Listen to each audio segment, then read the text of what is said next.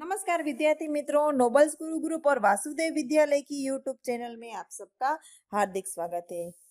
कक्षा 7 lecture number 6 कविता 5 जिसका नाम है धरती की शान। विद्यार्थी मित्रों, इस कविता के कवि का नाम है पंडित भरत व्यास जी।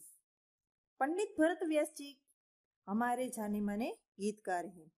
आपका जन्म 18 दिसंबर 1918 में राजस्थान के चूरू गांव में हुआ था। आपने कई गीतों की रचना की है। यह गीत सन 1939 में आई हिंदी फिल्म गांव गोरी से लिया गया है। इस कविता में कवि ने मनुष्य को सबसे बुद्धिमान बताया गया है। मनुष्य ने अपनी बुद्धि और कठोर परिश्रम के आधार पर जल, स्थल और आकाश मतलब के जमीन पर, भूमि पर और आकाश में कई उपलब्धियां अर्जित की है, मतलब के विकसित की है।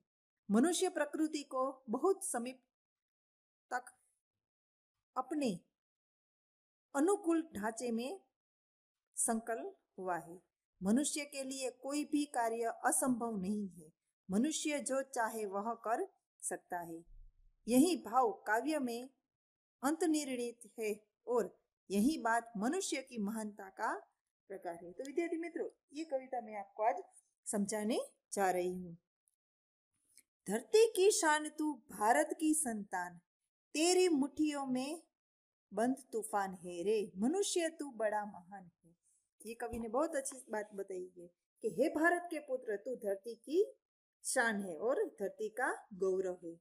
तेरी मुट्ठियों में तूफान बंद है। तुझ में तूफानों को भी अपने में करने की ताकत है। हे मनुष्य, तू बहुत बड़ा महान है। तू जो चाहे तो पर्वत पहाड़ों को फोड़ दे, तू जो चाहे नदियों के मुख को भी मोड़ दे, तू जो चाहे माटी से अमृत निचोड़ दे, तू जो चाहे धरती को अंबर से जोड़ दे। अमर तेरे प्राण, मिला तुझको वरदान, तेरी आत्मा में स्वयं भगवान है। हे मनुष्य, तू बड़ा महान है। इस पंक्ति में कवि ने मनुष्य के बारे में बताया गया है कि हे मनुष्य, तू चाहे तो पर्वत को भी तोड़ दे। जैसे पर्वत को तोड़ के वहां से रास्ते भी निकाले गए हैं। तू चाहे तो नदियों के बहाव की दिशा बदल सकता है। बड़े बड़े बांध, जहां पानी को रोक के बड़े बड़े बांध बनाया जाता है, कि तू जो चाहे तो नदियों की दिशा को भी रोक दे। तू चाहे तो मिट्टी से अमृत निकाल सकता है। जैसे खेतर में खेडूत होता है, वो मिट्टी से अमृत निकाल देता है, ऐसा कहते हैं। तुम चाहे तो धरती को आकाश से जोड़ सकता है, जैसे कि विमान, एरोप्लेन जो आकाश में उड़ता है। तू अपने अनोखे कार्यों से कई तरह के सर्जन भी कर सकता है। मरकर भी अमर हो सकता है। मरने के बाद जिसने ये जो कार्य किए हैं वो मरने के बाद भी अमर रह जाते हैं। जैसे एक उदाहरण देती हूँ कि अब्दुल कलाम जी, उसने कई कार्य किए हैं। और गांधी जी, हमारे देश के गांधी जी, वो उसने कई कार्य किए हैं जो मरकर भी अमर हो गए हैं। तुझे अमरता का वरदान मिला है, तेरी आत्मा में स्वयं परमात्मा बैठा हुआ है। हे मनुष्य, तू बड़ा महान है। नयनों में ज्वाला, तेरी गति में भूचाल, तेरी छाती में छिपा महाकाल है।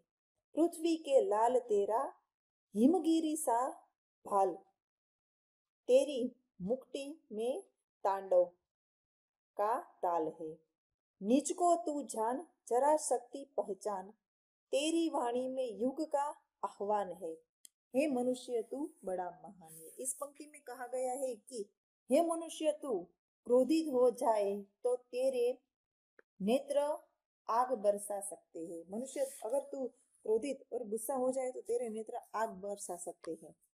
तेरी चाल में वह शक्ति है जो भूकंप में होती है। तेरी चाल में वो ताकत है जितनी ताकत भूकंप में होती है। तेरी छाती में महाकाल की शिव बैठा हुआ है। तेरी छाती में, तेरे हृदय में स्वयं भगवान शिव बैठे हुए हैं। हे पृथ्वी के पुत्र, तेरे पास हिमालय जैसा ऊंचे दर्जे का दिमाग है। हिमालय जितना ऊंचा है उतना ही तेरा दिमाग ऊंचा है, मतलब कि तेरे दिमाग में उतनी ही ताकत है। तू अगर क्रोध में अपनी भौं तिरछी कर दे तो उसका वह असर होगा जो शिव के तांडव की ताल में है। भौं मतलब कि तेरी ललकार, ललकार में जितनी शिव की तांडव में ताकत है उतनी ही तेरी ललकार में ताकत है। हे मनुष्य, तू अपनी शक्ति को पहचान। तुझमें जो ताकत और तुझमें जो शक्ति छिपी है उसको तू पहचान। तेरी वाणी में युग की ललकार है। तेरी वाणी में, तेरी बोली में नए युग की ललकार है। तेरी आवाज सारे युग की आवाज है। तेरी आवाज सारे युग की, मतलब कि सारे जहां की, और नया युग जो आने वाला है उसकी ललकार है। हे मनुष्य, तू बड़ा ही महान है। धरती सा धीर तू है, अग्नि सा वीर। तू जो चाहे तो काल को भी थाम ले। पापों का प्रलय रुके, पशुता का सिर झुके। तू जो अगर हिम्मत से काम ले, गुरु सा मति मान, पवन सा तू गति मान। तेरी नभ से भी ऊंची उड़ान है। हे मनुष्य, तू बड़ा ही महान है। इस पंक्ति में कहा गया है कि हे मनुष्य, तुझमें धरती जैसा धीरज भी है।